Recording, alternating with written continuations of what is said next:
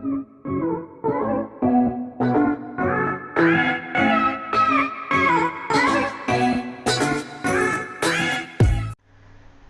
Technology के समय में बहुत सारे बदलाव हो चुके हैं, जैसे कि 2017 के शुरुआती दौरान में डीमोनेटाइजेशन हुआ, लॉकडाउन का समय आया और धीरे धीरे करके जो टेक्नोलॉजी है ये काफ़ी हद तक आगे बढ़ रही है और लॉकडाउन में ऑनलाइन का यूज़ बहुत ज़्यादा होने लगा है।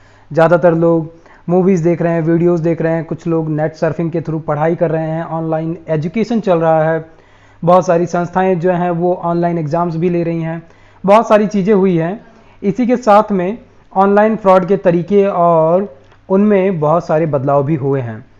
जी दोस्तों, स्वागत है आपका एक बार फिर से हमारे यूट्यूब चैनल टेक्नोक्रिट्स में। आगे बढ़ने से पहले अगर चैनल को अभी तक आपने सब्सक्राइब नहीं किया है तो प्लीज़ कर लीजिए। वीडियो अच्छा लग रहा है तो लाइक करना मत भूलिएगा। तो मैं बात करने वाला हूँ फ्रॉड की। अभी कुछ दिन पहले की बात है, मेरे पास कॉल आया और कॉल आया मुझे आरबीएल बैंक के नाम से कि मैं आरबीएल बैंक से बात कर रहा हूँ और मैं आपको क्रेडिट कार्ड देना चाहता हूँ।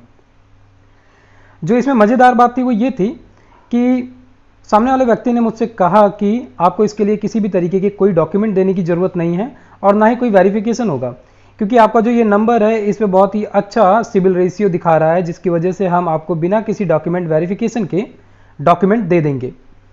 लेकिन आपको बस हमको अपना एड्रेस बताना पड़ेगा और जिस एड्रेस पे हम आपको ये क्रेडिट कार्ड भेज देंगे। मैंने कहा ठीक है, भेज देना भाई। उसने मुझसे डिटेल मांगी, मैंने उसको अपना एड्रेस लिखवा दिया और मैंने उससे साफ साफ कह दिया था कि इसके अलावा आप जो है कोई और डिटेल तो नहीं मांगोगे। उसने कहा कतई नहीं, आपकी किसी डिटेल की हमको ज़रूरत नहीं है। मैंने कहा बहुत अच्छी बात है, चलो करते हैं। उसको मैंने जब सारी डिटेल दी, उसने बताया कि सर आपको एक मैसेज मिलेगा, मैसेज के अंदर आरबीएल की तरफ से मैसेज होगा, उसमें लिखा होगा कि आपका क्रेडिट कार्ड वेरिफिकेशन होना है, अप्रूवल दे दीजिए एक बार, ताकि हाँ आपने ही क्रेडिट कार्ड लेने के लिए मुझसे कहा है। उसके अंदर एक कोड आएगा जो आपको मुझे बताना होगा। मैंने कहा ठीक है भाई भेजो।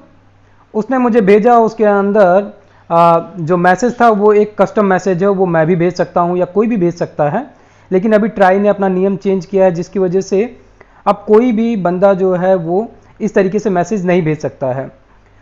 तो मैंने कहा कि ठीक है आप भेजो, मैं जो भी होता है देखकर बताता हूँ। उसने मुझे भेजा, उसमें बाकायदे ओटीपी थी और उसके साथ में जो कुछ लिखा हुआ था वो आपको स्क्रीन पे दिख रहा है। इसके अलावा मज़ेदार चीज़ कि जब मैंने उससे मना कर दिया, मैंने कहा कि भाई मुझे तो ये गड़बड़ लग रहा है, मैं नहीं कराऊंगा।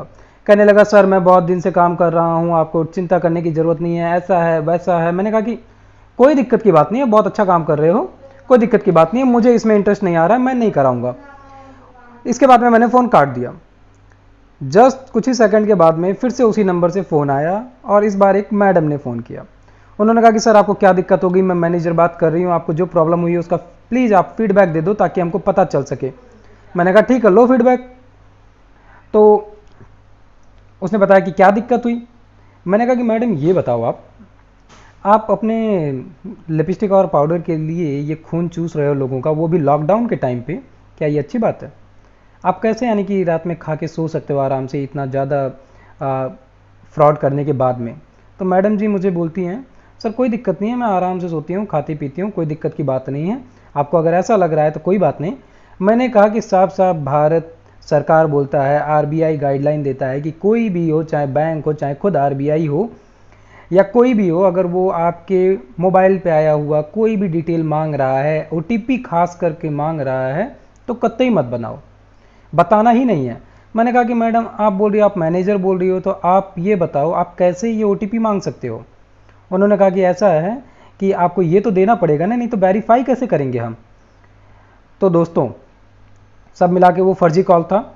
सबसे पहली चीज़ स्क्रीन पे आपको मैंने दिखाई दिया है वो मैसेज, ऐसा मैसेज आता है तुरंत इसको ट्विटर पे, आपके जानने पहचानने वाले किसी के पास भी हो ट्विटर पे जाओ, उस मैसेज का स्क्रीनशॉट लो, उसको ट्विटर पे आरबीआई को और जिस किसी बैंक का नाम लेकर उसको भेजा गया है उसको टैग करके आप भेज दो। पहले इसका फ़र्क नहीं होता था, लेकिन अब गवर्नमेंट और सरकार जो है आरबीआई इस पर सख्त रिएक्शन लेता है। खासकर जिस बैंक के नाम पे फ्रॉड हो रहा है एटलीस्ट वो तो एक्शन लेता है। तो जैसे मेरे केस में मुझे आरबीएल के नाम से फ्रॉड करने की कोशिश की गई। मैं @RBL करके सर्च करूंगा, मुझे बैंक का नाम, उसका ऑफिशियल ट्विटर हैंडल मिल जाएगा। वहां पे करने के साथ में वो तुरंत उसका रिस्पांस भी दे देते हैं कि थैंक यू, आपने हमको अवेयर कराया, हम इस पर जल्द ही एक्शन लेंगे। तो पहली चीज़ तो ये कर दो। दूसरी चीज़, वो जो मोबाइल नंबर जिससे भी आपको आया वो भी कर दो, क्योंकि ट्राई का नियम चेंज हो चुका है। ऐसे ही कोई भी ऐरा गैरा नत्थु खैरा अब आपको डायरेक्ट एसएमएस नहीं कर सकता है एसएमएस पोर्टल के थ्रू। दैट मीन्स कि इसके लिए ज़रूरी होगा कि वो पहले रजिस्टर कराए अपने आप को, अपनी कंपनी को, इसके बाद में वो मैसेज भेज सकता है। तो इस केस में अगर वो एसएमएस गेटवे जो है, आपने जो भी स्क्रीनशॉट में भेजा है उसके थ्रू वो बहुत आसानी से जान जाएंगे कि ये एसएमएस गेटवे किसके नाम से रजिस्टर हुआ है और उसके थ्रू ये फ्रॉड हो रहा है, तो वो बहुत आसानी से उसको पकड़ लेंगे। आपका अब 2 से 4 मिनट की मेहनत जो है वो बहुत सारे इस तरीके के फ्रॉड करने वाले नालायकों को सबक सिखा सकता है। तो दोस्तों अवेयर रहो। तरीके तो बहुत सारे हैं, ये एक तरीका है। इसी के तरीके से, स्कैन के तरीके से, अलग अलग तरीके से फ्रॉड हो रहा है। कुछ भी तरीका हो, कोई भी किसी भी कारणवश आपसे कुछ भी पूछ रहा हो, आप कतई मत बताओ। इस तरीके का कोई भी फ्रॉड आपके साथ हुआ है, आपको फ़ोन करके या एसएमएस के थ्रू या ऑनलाइन कोई भी फ्रॉड हुआ है, तो आप प्लीज़ उसको कमेंट करके अपने जो भी सर्कमस्टेंसेस रहे हैं, जो कुछ भी बीती है आप पे, उसको बताओ, ताकि जिन लोगों के साथ अभी नहीं हुआ है वो अपने आप को अवेयर कर सके, जान सकें और जानकारी के अभाव में होते हुए जो फ्रॉड होता है उससे बच सके।